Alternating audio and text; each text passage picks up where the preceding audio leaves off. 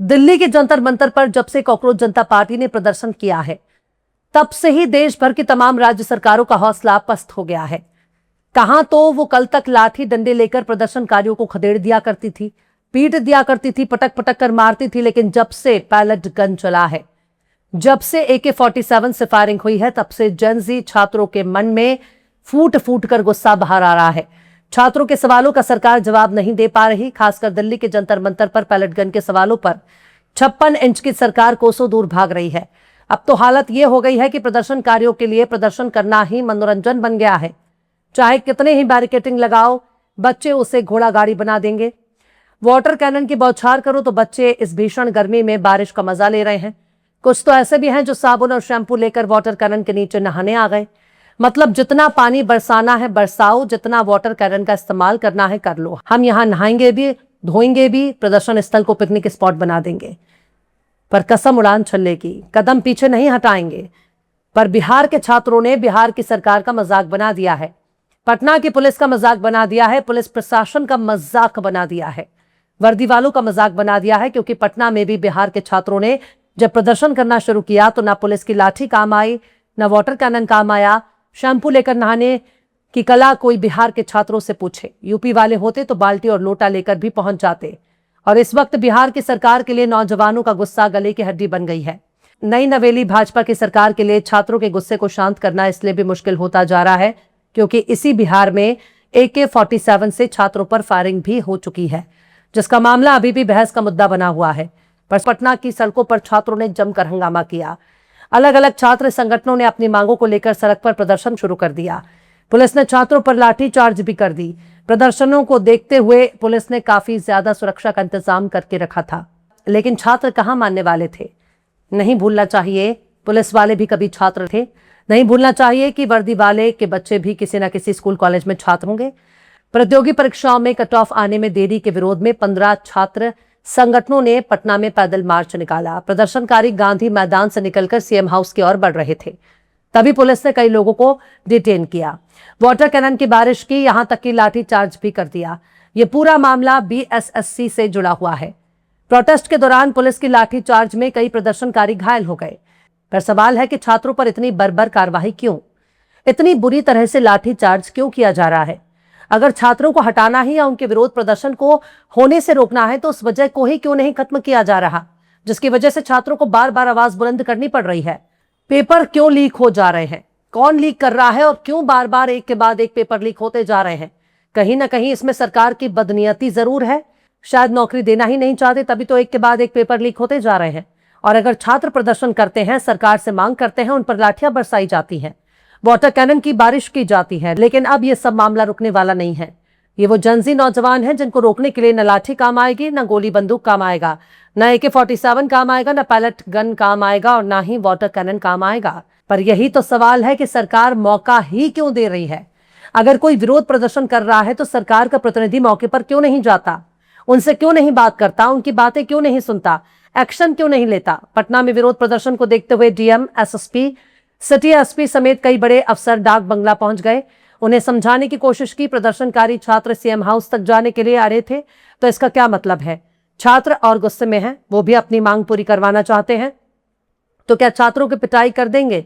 देश भर में जितने भी लोगों ने विरोध प्रदर्शन किया, अगर उनकी मांगों को सुना गया होता और उनकी मांग पर कोई कार्रवाई की गई होती तो एक भी छात्र पर लाठीचार्ज करने की जरूरत ही नहीं। क्योंकि छात्रों की बात अगर ढंग से सुनी जाए, उनकी बातों को माना जाए, तो न लाठीचार्ज करने की जरूरत पड़ेगी और ना ही छात्रों को धरना प्रदर्शन करने की जरूरत पड़ेगी। उनके पास इतना समय नहीं है कि वो लाठी लेकर भांजते रहे। वो अपनी अपनी तैयारी करते हैं और अगर इतनी मेहनत करने के बावजूद भी अगर पेपर लीक हो जा रहा है तो ये सिस्टम की नाकामी नहीं है, ये सरकार की नाकामी है। अक्सर मीडिया कर्मी सरकार की नाकामी को छिपाने के लिए सिस्टम का राग अलापने लगते हैं, मानो इसके लिए सरकार नहीं बल्कि सिस्टम जिम्मेदार है। पटना पुलिस ने कई प्रदर्शनकारियों को हिरासत में लिया। छात्रों का कहना है कि पुलिस वाले उन्हें भद्दी भद्दी गालियां दे रहे हैं। पर सवाल है कि यही गाली अगर पलटकर छात्रों ने देना शुरू कर दिया तो बिहार पुलिस क्या करेगी। लाठी चलाने वाले हाथों को पकड़कर अगर छात्रों ने लाठी छीनना शुरू कर दिया तो पुलिस की नजर में इसे अपराध कहा जाएगा।